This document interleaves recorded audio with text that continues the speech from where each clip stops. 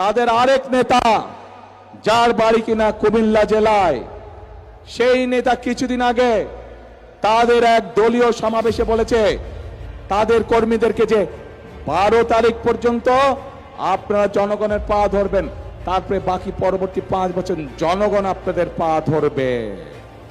প্রিয় ভাই বোনেরা, চিন্তা করুন, এই রকম কথা কে বলতে পারে যে 12 তারিখ পর্যন্ত তাদের নেতা কর্মীরা জনগণের পা ধরবে, তাহলে 12 তারিখের পর থেকে জনগণ তাদের পিছে পিছে ঘুরবে, জনগণ তাদের পা ধরবে।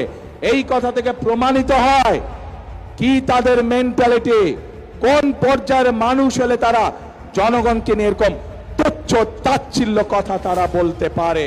প্রিয় ভাই বোনেরা, ওই গুপ্ত সংগঠনের নেতা যেমন বলেছে 12 তারিখ পর্যন্ত জনগণের পা ধরতে, আমরা তার উল্টাটা বলি।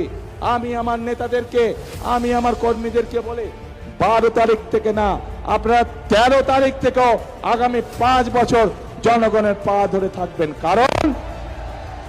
কারণ আমরা দেখেছি জনগণের শক্তি যার পিছনে না থাকে, জনগণের সমর্থন যার পিছনে না থাকে, তার পরিণতি কি হতে পারে 5 তারিখ 5ই আগস্ট আমরা সমগ্র দেশবাসী প্রত্যক্ষ করেছে।